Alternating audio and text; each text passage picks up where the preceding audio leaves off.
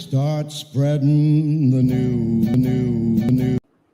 What's going on, people? Welcome to another episode of the Off the Ball podcast with me, your host, Chris LeBron, and the show is brought to you by SeatGeek, the newest sponsor of the Off the Ball podcast and the Off the Ball network. Make sure to go to SeatGeek.com, use the promo code Off the Ball Network, and you get $20 off your first purchase at SeatGeek.com, the number one place for all your ticket needs. SeatGeek.com, promo code Off the Ball Network. I'm excited. I'm excited, first of all, because I'm getting back in the podcast groove, right? I wasn't as consistent, work got in the way and all that. We know how that goes, but I'm back and I'm super excited. I've been on a little podcast, drive through, doing a lot. So, and I had to ask my guy to come on the pod, someone I really respect and is doing great things in the hoops world, in the podcast world. My guy, Josh Rodriguez, newly up the volume. What's good? If I had my roadcaster with me, I would do the round of applause thing. I don't have it with me, but I'm going to do it. Manually I'm do going to it, give you a round of applause for my guy. Thank you very much, man. It's good to be on. That's awesome. I was so happy, and it's crazy because we got together just doing podcasting, and it's crazy that we've had a nice relationship we've built and all that, and I was genuine, as if you were like my brother or my cousin, man. like, and we've never met in person, and we will soon. It will happen. But I was genuinely very happy for you, and major congrats, bro. Thanks, man. I really appreciate that. I mean, you're someone in the industry that I highly respect. I mean, what you're doing with this network is incredible. It's not a small feat at all, so you should be very proud of yourself. So, to hear that, I would feel the same way, if you reach an accomplishment, which I have seen you reach a lot of accomplishments. I mean, this is sponsored by SeatGeek, ladies and gentlemen. That's crazy.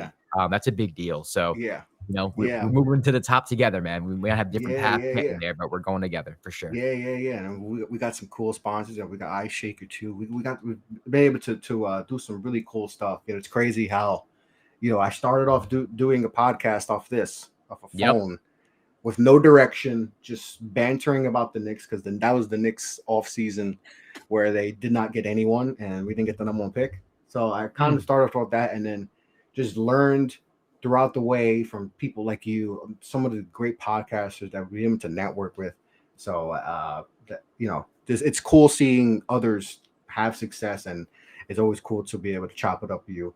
So I'm a fellow Knicks fan, and that's why we are here, Josh. Yes. We're here to talk about Knicks. Now, they played a game last night.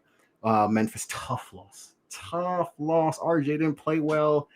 IQ didn't make a shot, but we'll get into that a little bit later in the show. But I want to go through an overall take about the Knicks and this offseason. Another offseason where kind of confused a bit. It was kind of confusing. I was on Knicks Fan TV, and I was on the draft, and I was for another draft seat. It was confusing on what direction they want to go. Obviously, they clear cap and all that, and you would have thought they were going after Kevin Durant, Kobe Bryant, LeBron James, and it was just for Jalen Brunson. And I think that's probably what kind of got fans kind of like, they're going so hard for Jalen Brunson. There's no disrespect. Jalen is a good player, and he's shown that. Especially last year without Luka, that he is, a player on the rise, right?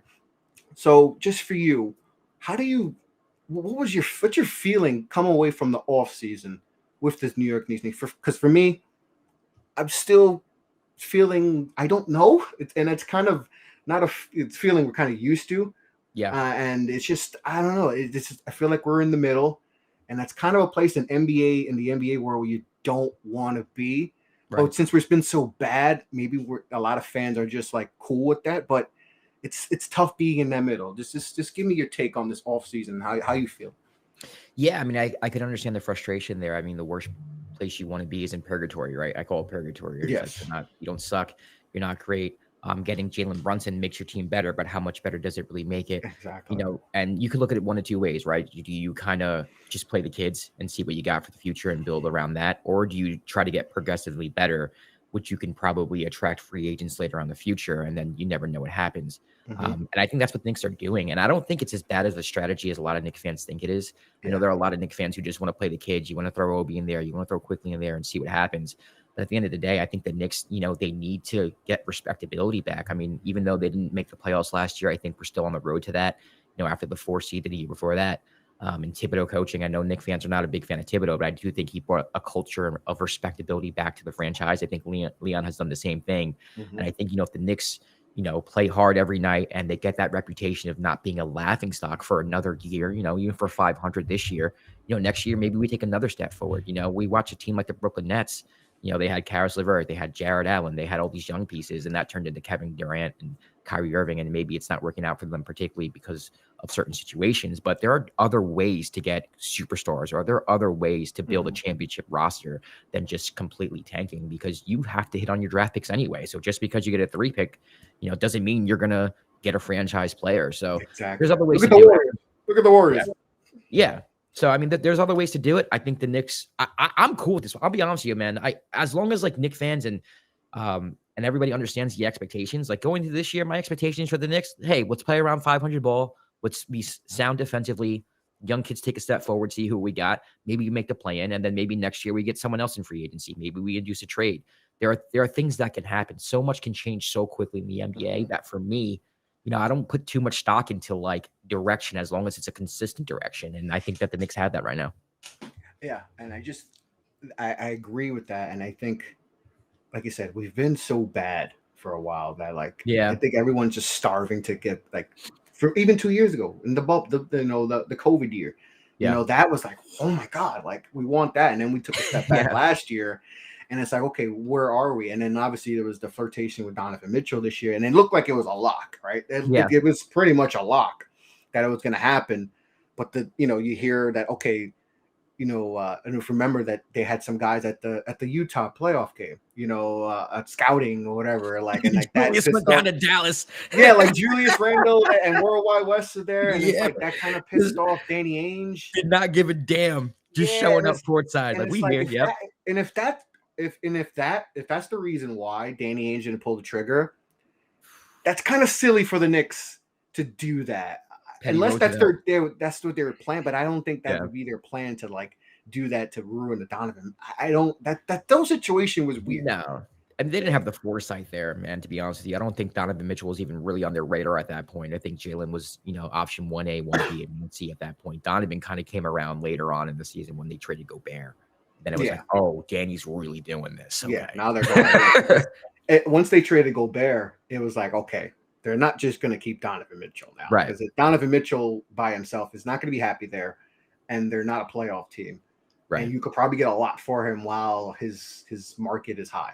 So why not cash in on that, especially with the draft class, a few classes we got coming up where there are potential blue chippers, and just like I said, they were a team in the middle. Speaking of in the mid, they had the good season a few years ago, but they're stuck in the middle, and they had two all-stars.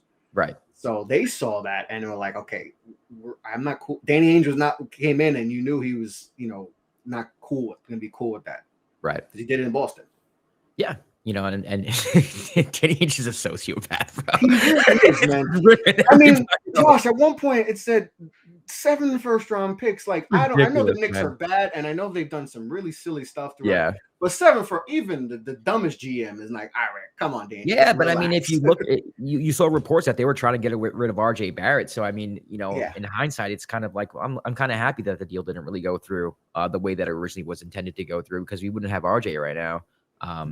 And so sometimes the best deals made are the ones that aren't made. So yeah, and they tend to do that, to not. I think if this is the previous regime, and if this was James Dolan really being involved, maybe that trade gets done, and we give up 5 first-round picks, 100%. and 100%. Now it's Donovan Mitchell and Mitchell Robinson, and you don't have anyone else, and we're bad. And it's like, oh, well, it's the mellow stuff all over again. Yeah. And it's just so I was obviously Donovan Mitchell is a tremendous player, top 25 player in the league, has shown moments in the playoffs. But I don't know if he would have, I think we're still the same if we make that deal. I don't know how you feel, but I feel like we would have been in that 40 to 42 range, maybe a play-in team, 8 seed around there. And is that good enough, especially if you have given up the potential assets to get a player of that caliber. Now, yes, there's more of a process next year. You can probably get someone else. But Right. it's like at the moment, I think we still probably the same win-loss range that I would think with the current team right now. Yeah, it'd be hard to know how they would fill out the rest of the roster, but I agree with you. I think it'd probably be the same, 42 win type team that we're Yeah. expecting this year. I would say, though, that the future would be a little brighter, even though we would give up the assets. I mean, at the end of the day, Donovan Mitchell, out of every player that we've named, that would be included in the deal, Donovan Mitchell is the best player, right? He's an all-star. The Knicks don't have an all-star on the team outside of Julius Randle, who made it 1 year. So it's like if you get Donovan Mitchell, then your ceiling's raised at least in the moment. Now, Leon would have to get creative because he probably gave up all of our ass. Like, who knows how he would work that? But the ceiling would have been lifted for sure in the long run. Yeah, and we'll see. We'll see how that works. I mean, they had still a pretty busy offseason re-signing some of their guys. RJ got his rookie extension. Yeah. Mitchell Robinson was brought back. Obviously, they added Jalen Brunson. This is the first year of Julius Randle's extension and all that. So they had I think the 11th pick. They wound up trading that because there's rumors they wanted Johnny Davis. There were a few guys that they passed up on that got drafted they didn't want, so they wound up punting all together in the first round, which is kind of crazy. They went from 11th, I think an 11th pick to nothing.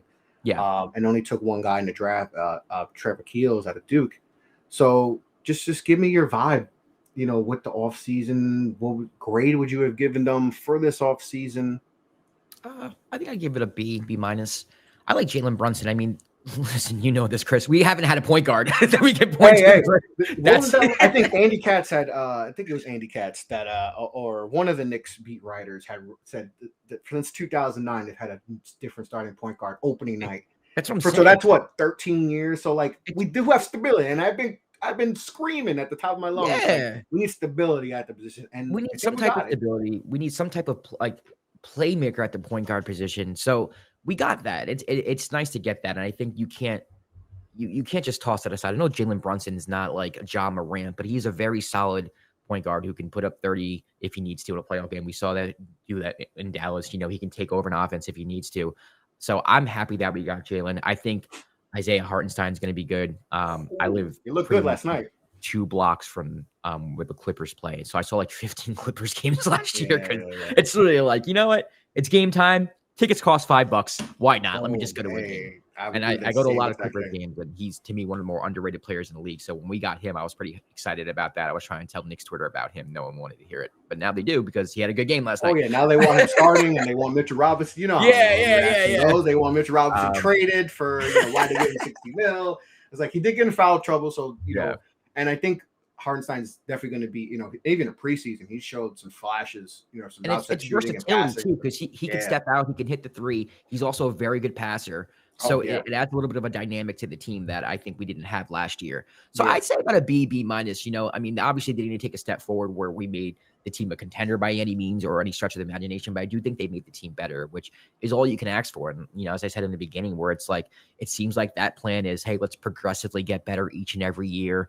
And then eventually maybe we'll attract some free agents. Eventually, maybe we'll use the assets to make a big time trade. But as long as we're progressively getting better each year, we're doing our job. And, I'm cool with that direction, man. I'm not mad at it. I'm not expecting a championship this year. I'm not expecting a championship next year. So if I'm not doing that, I don't want to just tank. What are we tanking? No, that's never worked for us. Let's get better. Maybe we're playing this year. Maybe the next year we're 6 seed, and then a couple trades here, free agent here. Maybe we get lucky. Now all of a sudden we're a 2-3 seed, and now we're contenders. Yeah, so and you see that because people think that we're not a playoff caliber team, that they should just tank. And there's some. We've seen it from some teams. They are going that way in Utah and all that. But to build a culture, you're gonna have to establish something. And I didn't see that towards the draft. I didn't know what their direction was. Yeah. But then once I saw they got Brunson and they re-signed RJ and they brought back Mitchell Robinson, added Hartenstein. It's like, okay, it seems like the direction is okay. Guys, we're not gonna, even if we had went all in for Mitchell. We're still not a championship team. We Right. got it, but we got to do something, right? We got to show you guys. Well, you guys went from losing 60 games. We were losing 60 games all year. We got to get away from that. Right. Okay, so we got to build something. Show it. So if there, because listen, there's always someone disgruntled. Always Someone. Always. Every year we see, and it's usually, and sometimes it's someone you don't even know. We're not even thinking. Well, there's a guy right now we're not even thinking about that's gonna be like, I want out. Exactly. So we punted on Mitchell because we don't feel like he's that dude. And maybe they have intel that we don't know about because Leon Rose is an agent, and I'm sure he has information that we don't even know about or any of the top journalists know about. And maybe he's like, guys, just I know Donovan Mitchell's, but hey, there's going to be someone Be patient. that can take it to the next level that's going to be available. Just be patient. Honestly, just it's not even. That's the tough part. That's the tough part. Yeah, and not only like what you just said is 100% correct, where it's like you don't know who's going to be disgruntled, but again, like you don't know what the landscape of the league is going to look like. We don't know who's going to be contenders. Like no one thought last year that the Memphis Grizzlies were going to be contenders. Now they're looked at as contenders for the next like 4 or 5 years. So the Cavs, the same thing. Like things happen in the NBA so quickly. Things change so quickly. You would have asked people last year who their favorites to win the NBA championship were. They would have said the Lakers and the Nets. Now we laugh in your face. The Nets just got destroyed yesterday. Saying, like the Pelicans all of a sudden are relevant. Like things change so quickly. And I think, I understand why Utah tanks, because when you're Utah, you're not going to get free agents. You're not. No. So you need to build through the draft. You need to build through draft capital. I think it's a little overblown when people say, oh, we're New York, we can get whoever we want, because, we've seen that we've had trouble getting free agents, but it's not like playing at the Garden, playing in New York, playing for the Knicks isn't attractive to a lot of people, because it is. I don't think the Knicks are going to have any problems getting any free agent or any high caliber free agent, I should say. So I think progressively getting better is the way to go. I just think it makes sense. And I think Knicks fans, who say tank, I understand the logic. I'm not saying your logic is faulty, but I don't think it's the best option, because then you're relying on hitting on draft picks and then ping pong ball. Yeah, come on, man. Like, and we've seen it hasn't worked, and we've seen other teams who have lost 65 games. Like that year, the Bobcats had like the worst record ever, and they got the second pick. The Pelicans who got Zion, they didn't have the worst record that year, and the Grizzlies had like a 5% chance, I think, that year. The Pelicans had. Like, let's get better. Let's build a culture. Let's get better. Come on, we got Obi. Let's develop. I understand wanting to play the young guys. Let's develop the young guys, but we still get better while developing the young guys. Yeah, and you saw last night, against Memphis, like they can compete. They compete, and it may not lead to being, get a home court advantage in the first round, but I think we're going to be better than people may think. And just consistency. Like we're just showing, hey, we're getting better, guys. We're getting better. And take the Nets. And I always say, go to that Nets method, like how they built and how they were able to get Kevin Durant and Kyrie. And yes, it may not be work long-term right now, but that was the goal. And everyone was like, wow, their blueprint got them Kevin Durant and Kyrie. So like, a blueprint of that is something that the Knicks should be looking at and be like, okay, like the Nets were in they had no picks. They were in hell. They made a small move to get D'Angelo Russell, got better, played the young guys, played some vets, meshed them together, and then it was boom. Kevin Durant's like, they hit big. Okay, I like what they're doing over there, and and the Clippers the same thing too. Clippers too. Lob City left, and everyone thought they would be in shambles for the rest of their, franchise existence. But they kept their head above water, made some smart moves, and it became attractive to Kawhi and Paul George. So, like, these things are possible. My whole point is that you never know what the landscape of the NBA is going to look like even next year. So to say to tank, to me, it's kind of silly. Just be good, develop a culture, and who knows what happens next year. And another thing is the owner. Like everyone, nobody's going to go there for because of James Dolan. I mean, look at Robert Sarver, first of all. Donald Sterling.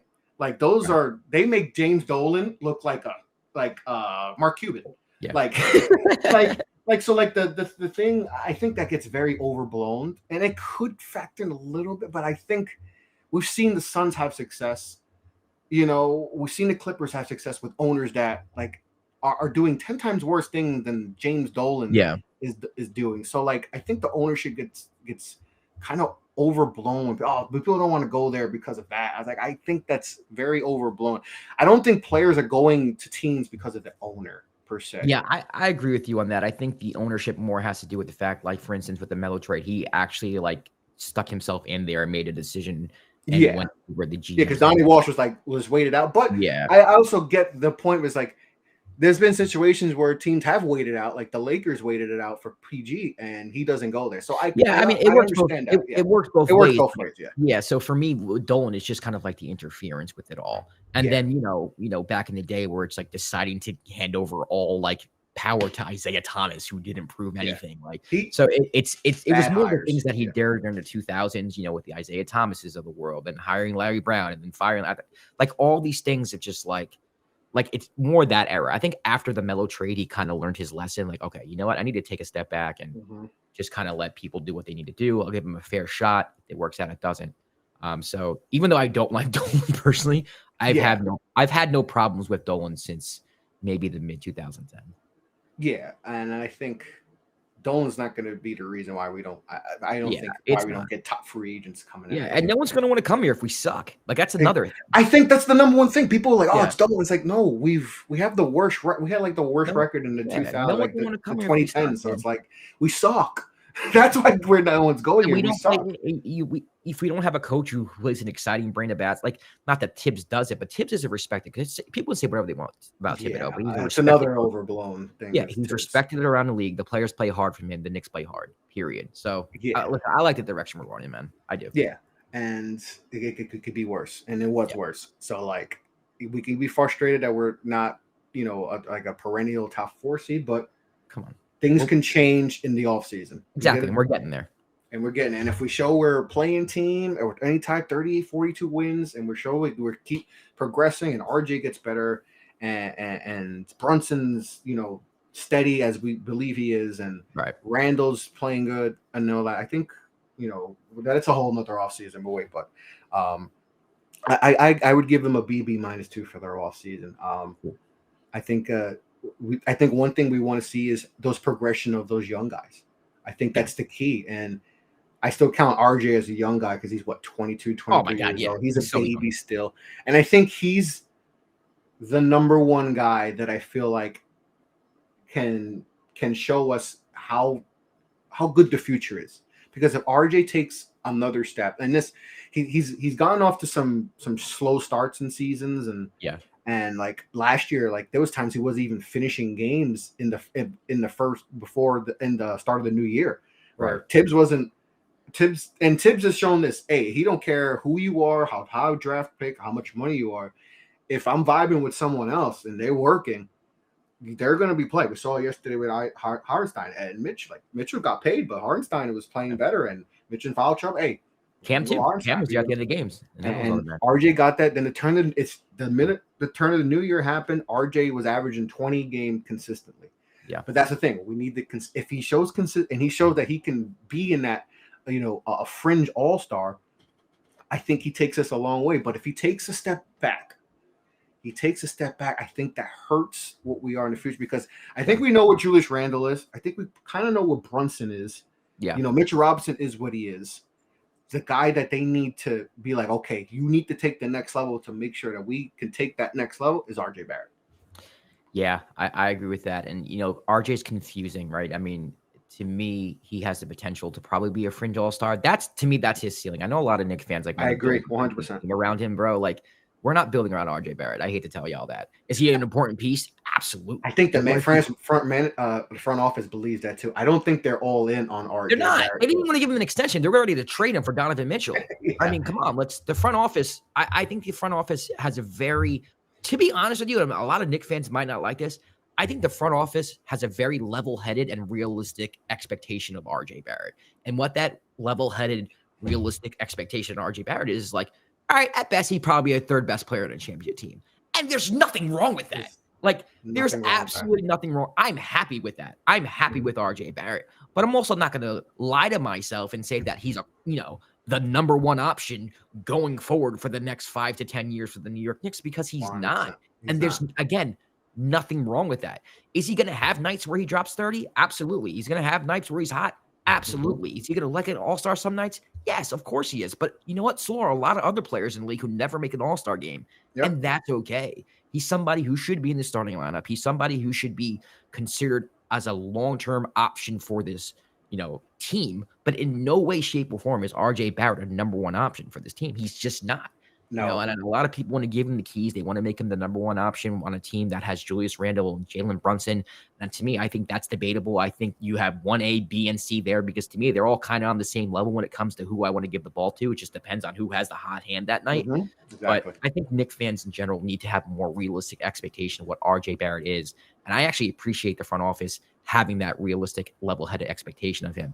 Now, I'm not really happy that they decided to throw him in like the kitchen sink at Utah. Because if you're gonna throw RJ Barrett in a deal, I don't want to give up, everything else. But at the same time, in a weird way, it gives me comfort to know that like they're not going to overvalue this. Even what we got him the extension to me is a bargain. So exactly. Yeah. I think just Knicks fans need to have more realistic expectations of RJ Barrett, be happy with where he's at, be proud that he's on your team and root for him. But in no way, shape, or form is this guy number one option for a championship team. Like, no.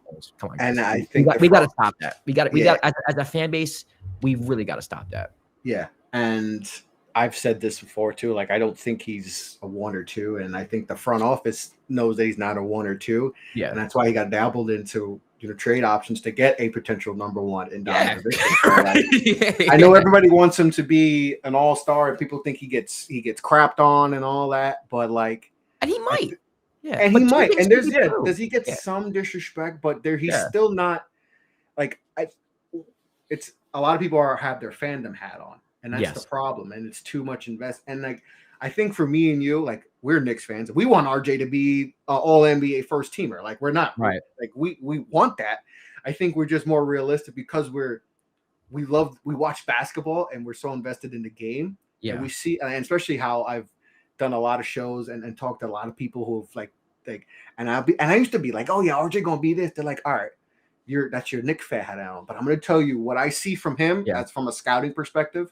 Yep. And I'm going to show you that, this is his deficiencies and what we think he's going to struggle with at the next level. Doesn't mean he's going to be a bad player. We think he could be a good player, 18, 19, 20 a game. But that's fine. Yeah. And that's the thing. Our fans going to be okay with that if he goes to this season, he's averaging 17, 18, 19 a game, but now he's making more money. He's going to be making more money now. Now the expectations are different. So I hope they don't turn on him too. You know how that happens. They turn on people. Yeah, to me, it's whether or not he's shooting the ball well, making smart decisions with the basketball, if he's consistent, right? If you're there's a difference between, for instance, if he averages 19 a game, right? There's a difference between averaging 19 points per game and like for 10 straight games scoring 19 points, or averaging 19 points per game and for 10 games, it's like one night you score 35, one night you score 7, next night you score 11, next night you score 28. Like they're both 19 points per game, but in a different way. Mm-hmm. Like, and one way is incredibly infuriating and inconsistent. Yes. And another way is like, okay, I know what I'm going to get for you. Like, and I know what to expect for you night in and night out. If he can get it that way, I don't think the fans are going to be mad. But if he gets it in a way where it's just like maddening, like I don't know what he is, I think that's when Knicks fans will get frustrated. Yeah, and I think he's the key. He's the key to how this team goes going forward and how bright the future is. Because there's some young pieces. We got some young pieces, and there's some people who will say, "Oh, I think the young pieces are overrated in a way." Like we'll talk about Obi Toppin is number 1. Like everybody wants Obi to be the guy. Everyone wants Randall to get traded for a bag of chips. What are you doing, guys? Come on. I love Obi. And like, and and it's Obi's another one who, like, someone like I was like, oh, Obi should have been the number 1 pick or whatever. And people just explained to me like why they think Obi could struggle at the next level, especially if he doesn't have like a point guard or someone. Right. And like some of his deficiencies are on the wing and his movement. Sometimes he's very robotic. He looks like he's got long legs and all. Like it's some of that. And he's definitely getting his shot needs to get better and all that. But there's him is someone that could pop. Even though he's he was an older prospect coming out, he's someone who could pop. But for you, there's Obi, there's IQ, there's still Cam Reddish, Hive, they weren't full. they went crazy yesterday. They were wild yesterday. But I'm like, guys, let's wait. Demanding a Cam Reddish was. You The know, man Cam in Reddish does. apologies. Yeah, and Oh, like there's always Friday, and then he'll have 5 points. That could happen, and then you'll be down yeah, on him. back to what I just said. Like, it's different when you average 12 a game. Is it 12 a game where it's Exactly. 22 one game then 2, or is it 12 then 12? Because it's a huge difference. So I'm glad you brought that up, because that is very crucial, because there's different types of 20-point per game guys. Yeah. Like there's the inconsistent who's 30 one night, and then there's 12, and then there's 20, and it's like, oh, there's the consistent, like CJ McCollum's going to give you 20 every night. 20, 30 game here, like, but it's 20. He's giving you 20. So there's different types of 20-point per, and that's the thing we got to see with RJ if that's that. But for you, who's the potential breakout youngin for you? Man, so for me, to me, it kind of is Obi. I like Obi a lot. I don't know what his ceiling is. He kind of confuses me. He's another. We have a lot of confused. That's the one thing. We have a lot of confusing players. Yeah, if that makes sense. Again, when it comes to Knicks fans, I am on the other side of like I wouldn't say I'm not optimistic, but I'm not, someone who's like throw Obi in the starting lineup and trade Julius Randle. Like to me, that's 90% of like, what are you doing? Come on, guys. We don't even know if Obi can run a half-court offense. When you're talking about getting late in games, be careful what you wish for. The game slows down. Like, what is Obi's role in the half-court offense? We flip out when he's hitting three-pointers, but then you look at his percentages, and he shot like 20-something% in preseason. He was the worst three-point shooter in the league last year for 80% of the season until he got hot at the end. So he, to me, the way I look at it, he can't shoot the three ball until he gives me a whole season, shooting the three ball out of like a 35%-ish clip. To me, he's unreliable from three. I don't know what he looks like in the half court. Defensively, he's very active, but he also, might be a little too overzealous. Yes, the athleticism is there. The excitement the it factor's there for sure. So to me, because of that, he does have the potential to break out. But the way he plays the game, I just don't know how you can give him consistent starter minutes, big time crunch time minutes. I think his role is more like bring off the bench for energy. And if he pops that game, you leave him in and you give him 25, 30 minutes that game. He'll give you 25 and 10. Yeah. But again, it's consistency. Like yesterday, he didn't score, right? He had a dunk. He had a dunk. He had a few points yesterday. You know what I mean? And it's like crazy. So I don't know. Like you can't run plays for Obi. I'm not going to give Obi the ball in isolation. Yeah, he's not isoing anyone. So come on, he doesn't have a bag like that. And it's there's nothing I could. He might have a little bit of a post game, but come on, like I think he has a talent there. I think it needs to be developed, and I think he could be a breakout candidate. Like he's someone I think if Tibbs puts him in the right situations, maybe not this year, but like following years, like he'd be like a 6-man of the year candidate, just like someone who comes off the bench and just kind of like. Leads the second unit. And that could be his role. Which is dope. Like, that's another thing. Like, that's cool, Knicks fans. Like, that's fine. Yep. And you know what I think a lot of people, like, invested too much? It was the end of the year for him last year. And I always say, like, the end of the year, the NBA season is like the end of the school year. It doesn't really matter. Like, you're locked into everything. Yeah. And, you're going to graduate. It's like you just take the last week and the teachers don't really care. They're like, just do whatever you want. Just don't hurt no one. That's exactly what just it was. Don't get hurt. And, like, that's how because we see this a lot. How many times have you looked at the stat sheet at the end of the year, the last few games of the NBA season, and this guy got 40, this guy got 30, and you're like, that guy did not play 10 minutes all season, but it's the end of the year. They're out of it. Team's out of it, and they just say, just go. It doesn't matter. Right. I'm going to get fired or whatever. Like, just go and let's see. We see it all the time. So I think a lot of fans overvalued that 42-point game he had or those 30-point games he had and be like, okay, well, that's going to translate into the regular season, and he's going to just live off that and just carry that on. And I think a lot of people overvalued that and thought, okay, that's what he is. He should start over Julius Randle, trade Julius Randle and all that. Right. But and that's the thing, that's crazy to me because it's like, when people do studies, when information comes out, right, you take samples, right. And there's a larger sample of him, like breaking threes and being the worst 3-point shooter in the league and struggling in the half court. Then there is this really small sample of what you just said. Mm-hmm. And to me, it's like, if you're going to be objective about all of it, I think the most optimistic, objective point of view you can have with Obi is that, okay, we don't know what he is yet. He's shown flashes. To me, that's the most optimistic you could be about Obi. You can't lie to yourself though and say that we should freaking trade Julius Randle, who made the second team in the NBA 2 years ago. He's still the best player on the team too. Yeah, he is. And a lot of Knicks fans don't want to say that, but he is. And I'm glad you said that. Yeah. I said that, and people were like, "Oh, what are you talking about? It's RJ." It's like RJ's not the best player. And he proved it last night. I know it's one game, but he, when Julius is right, he's the best player on the team. He was still 22-10 last year. Yeah. Like, it was a down season. It wasn't all NBA, but he was still 22-10. And it was a lot of more infuriating games. Yeah. But he was still the best player on the team last year. He was the best player on the team the year before that, and the year before that. And it's like he's the best player on the team this year. And it's like we have to embrace that. Like, we just can't trade him the way everyone wants him traded and then start Obi. And then you guys turn on Obi when you see that, okay, he's not that. Oh, God. Yeah, we lose 10 or 12 games. Obi's shooting 22% from three-point range. Julius is gone. We're 10 and 26. And then all of a sudden it's like, oh, come on. Like, I love Knicks fans, man, but they are some irrational human beings, bro. Yeah, Julius Randle is still the best player on the team, period. He is. Knicks fans don't want to hear it. I don't care. He is. He's the best player on the team. And he put us in position to win that Memphis game. Come on. And RJ struggled big time, but and RJ, that was frustrating game, and that's the consistency we see from RJ, because he was on both sides of the ball, both ends of the court. He struggled, and that's one thing that we got to play, because the perimeter defense was good 2 years ago. It was elite. Right. Like, we were the best perimeter defense in the league, and then last year we sacrificed some defense. We sacrificed defense for offense to get Evan Fournier, who we haven't even mentioned yet, and that's another person they want out. And the perimeter defense was bad yesterday, and that's another concern I have. And that was a concern heading into the season. I was like, okay, perimeter defense needs to sharpen up. And the Memphis game, the amount of times they got swallowed in picks and screens, that's very RJ, Fournier, Cam. A lot of guys, and that's with Memphis not even having a lot of perimeter guys. Like, Brooks was out, they were missing guys. So, like, it's like, okay, what if I know that the Warriors are different, but like, what if you're playing a team? No, you're right though. You're right. You're playing the Warriors, or you're playing a perimeter team like that. Or you're playing, New Orleans and all that. Like, you're gonna get killed by those teams. Yeah.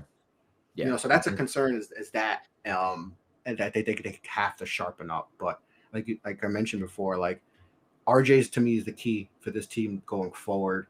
And I agree with you. Obi should be the breakout guy. But even if it's off the bench, like you said, it's fine. He doesn't have to be a starter playing 30 minutes. And because guess what? He's not going to give you Julius Randle numbers. Nope. He's not going to do that. I'm sorry, fan. He's not. I'm sorry. He's not going to do that. And I tell fan, I'm like, you're going to, if that happens. Yeah. I mean, Knicks fans, like, just think of the ways Obi scores the basketball. Just when you picture Obi, like, what are you picturing? And what you're picturing is fast break dunk, alley-oop, dunk. Like, everything's like kind of like flash created for him, or like in the fast break, which is fine again. But for me,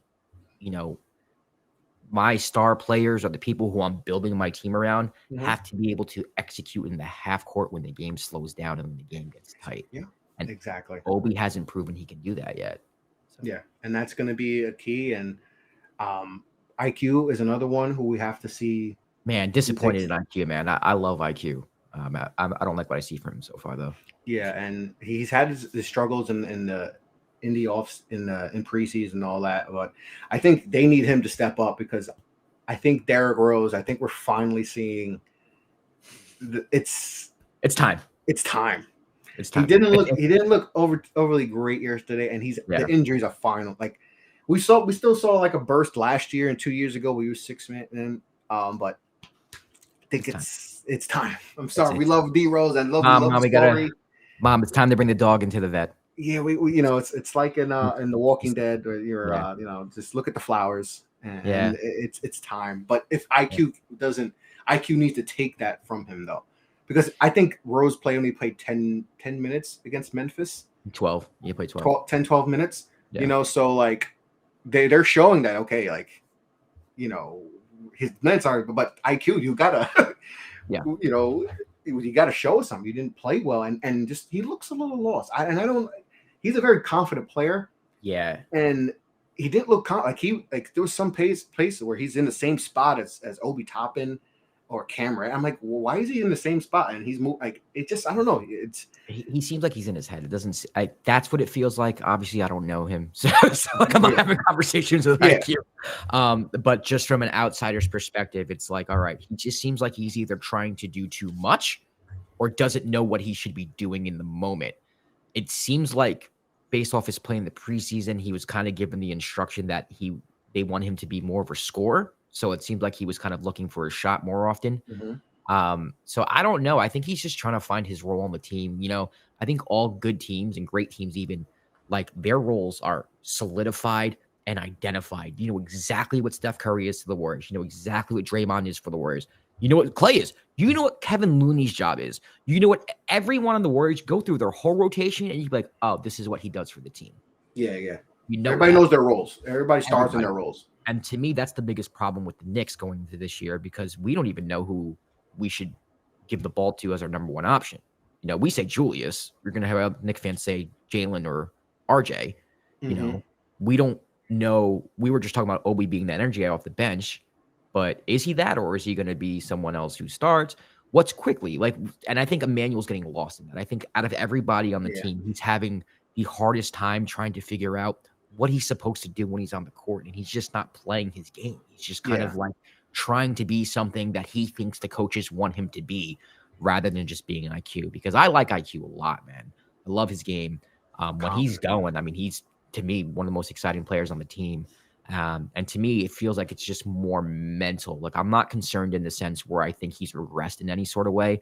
I'm just more concerned that, for whatever reason, his role is not as defined as it should be, and he's just trying to navigate through it. And it's a little scary because with Tibbs, you kind of get a short leash. If you don't figure out what that role is in the first couple weeks of the season, he could be relegated to the bench, and I don't want to see that, because I think he can help the team out. Yeah, I think so too. I think the addition of Brunson too kind of like got lost, because you still have Derrick Rose there. So I think he kind of get like, all right, am I the third guard? Right. Like, what am I? And then also, like, as a young player who's just in the league, you're kind of hoping that the team turns to you and gives you the keys, right? Like, if I was Emmanuel quickly, I'd be like, I thought it was my turn. Yeah, I can do this. Like, come on, let me do this. And then, you get a free agent, and then you're like, all right, so what's my ceiling here, right?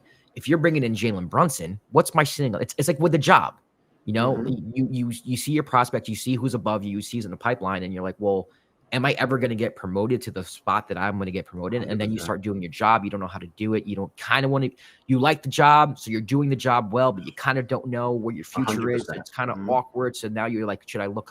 To me, I just think he has a lot going in his head. And I think it's kind of showing on the court, but I hope he figures it out, because I love IQ, man. I'm glad you brought that up, because I didn't really think about that aspect of, you think that the job may be yours. Like, you're in your, what's this, year 3 for Quick? You think you're the guy, the spot's there at the moment, right? And then they're going all in on Brunson, and you can take, and then maybe he took it in the way, like, I could have done what Brunson's doing, like, at a first of all, way cheaper. And, like, I could have done that. I was primed for that role. Like, I've been ready for that role. And now you add Brunson, and we still got Derrick Rose on the team, and Tibbs love for Derrick Rose, and he's going to play Derrick Rose if he's healthy. So now I'm the third guard, and that's kind of weird, because he's a smaller guard. So it's like, it's I could see a place where he probably feels slighted in a sense. And you know how basketball players are, like, they're creatures of habit, and if their mind's not right, we're gonna see it. And maybe that is it. Maybe that is it. That addition of Brunson and not having a clear defined role is messing with him right now. And even that clear defined role, if he were to fulfill it, it's a bench player for 20 minutes a game. And do you really want that? And is that something that you wanted when you applied for the starting position? When you thought you were getting that, it's like, okay, well, even my maximum output on this team isn't what I want in the first place. Yeah, I think there's a potential for identity crisis with this team, because, like you mentioned, there's a lot of guys on this team. I think they already have it. I don't think the potential. I don't think it's potential. I think we have one. I definitely think there's identity issues, because who's the closer? Right. Brunson's gonna be like, well, you guys brought me here. You guys treated me like I mentioned, like I got KD, LeBron. Right. Like, so you guys brought me in to be the guy. I should be the guy to close it out. Randall's like, I've been doing it. RJ's like, well, I'm the face of the franchise. Right. I should do it. So it's like that could be an issue, and that's the one thing that And worries. a lot of positions too, like Mitchell Yeah. Robinson and Isaiah Hartenstein. Mitchell Robinson just signed an extension. And now You play Hartenstein 12 played minutes more in than game him. one. Yeah. So it's like, Yeah. what am I doing here? And then Cam Reddish and Quentin Grimes. Like, we're not even Because talking about we didn't even get about the Quentin Grimes. that's what I'm saying. So He it's was like, listen, I did the draft with Knicks Fan TV last year, and like Yeah. nobody knew who this guy was, and I was like, all right, he's a good player, two-way type of player from Houston. Yeah, I like he's a Quentin. good player and all that, and he went from people like what a dumb pick to like, oh, we can't trade him for Mitchell for Donovan Mitchell, and like he went from being like, oh, like get rid of Fournier, get rid of Cam Reddish, like he's the starter and all that, and it's like, you know, that's another thing. Like in him and Cam, Cam just played good. People just went off on Cam, and now he played good. Yeah, that bleeds from Cam and Quentin, and that bleeds into Evan Fournier. Yeah. Because so like, it's like this whole like identity crisis, and you know, Farron Hunt's just chilling on the bench. And it's this team, man. It's one of those teams where, you know, they have players. I mean, you could argue the Knicks can go 11 deep, which a lot of teams can't say. They're very deep, yes. But Tibbs has to figure it out. Yeah, and that's going to be a tough thing, though, and that could be the downfall of this team is simply just a lack of identity on the team, and that's what worries me. Where I could be like, oh man, we can.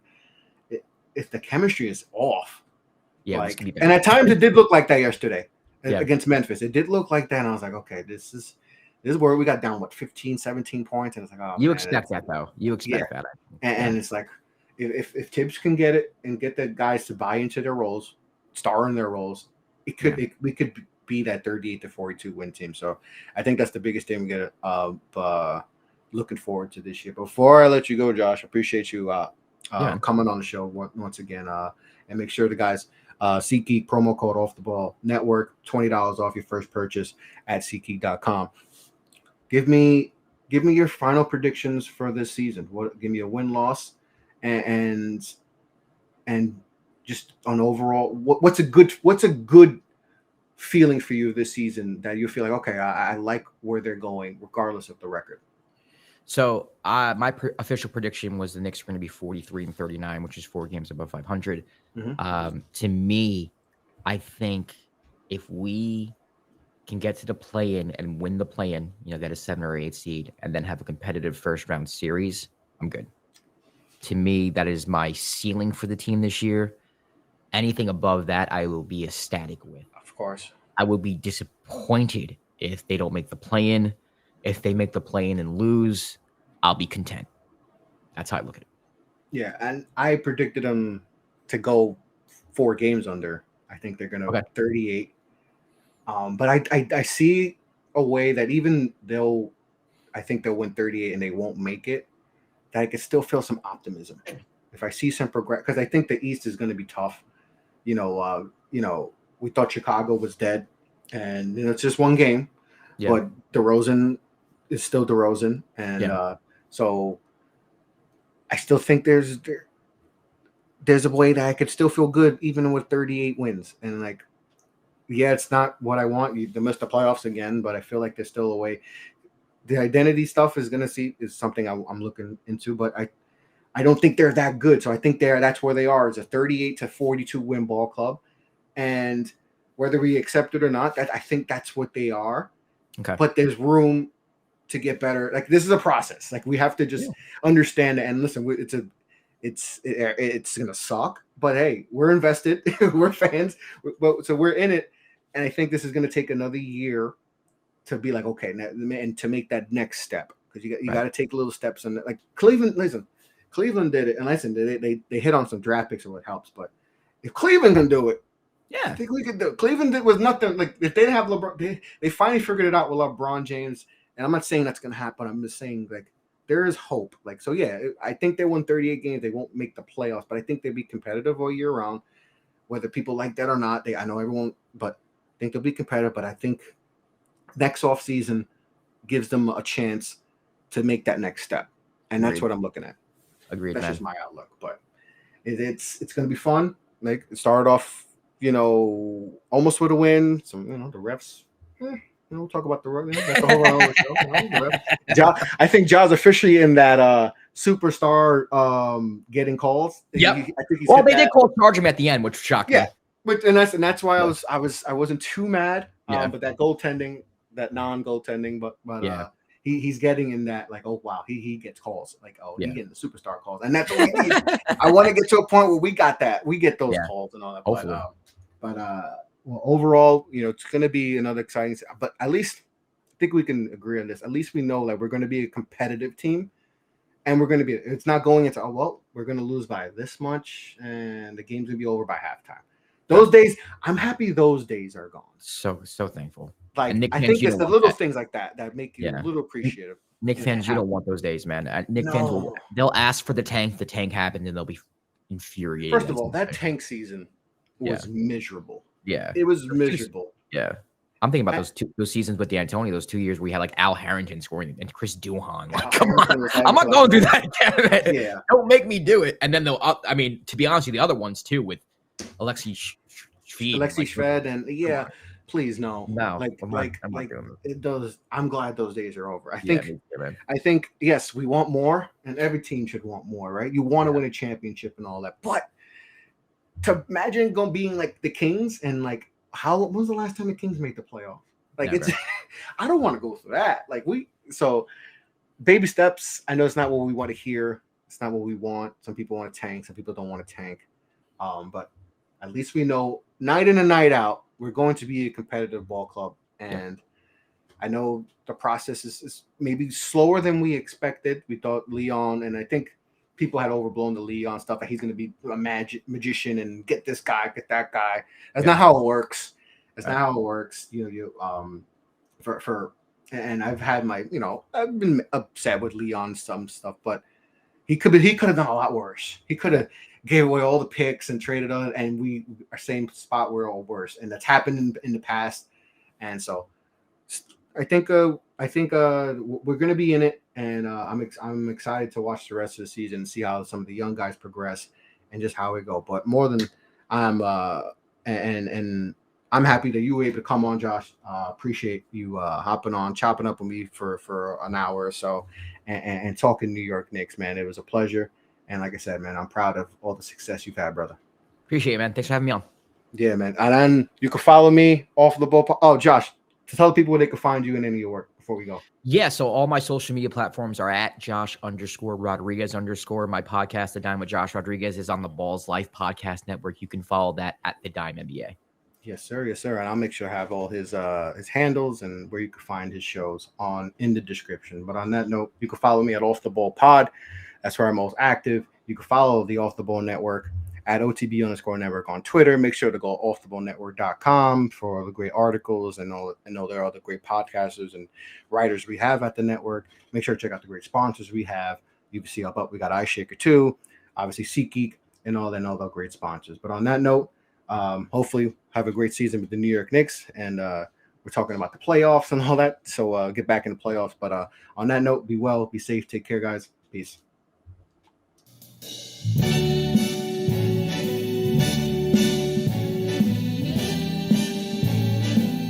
Start spreading the news. We interrupt our program to bring you this important message. New York, I love you. I love New York.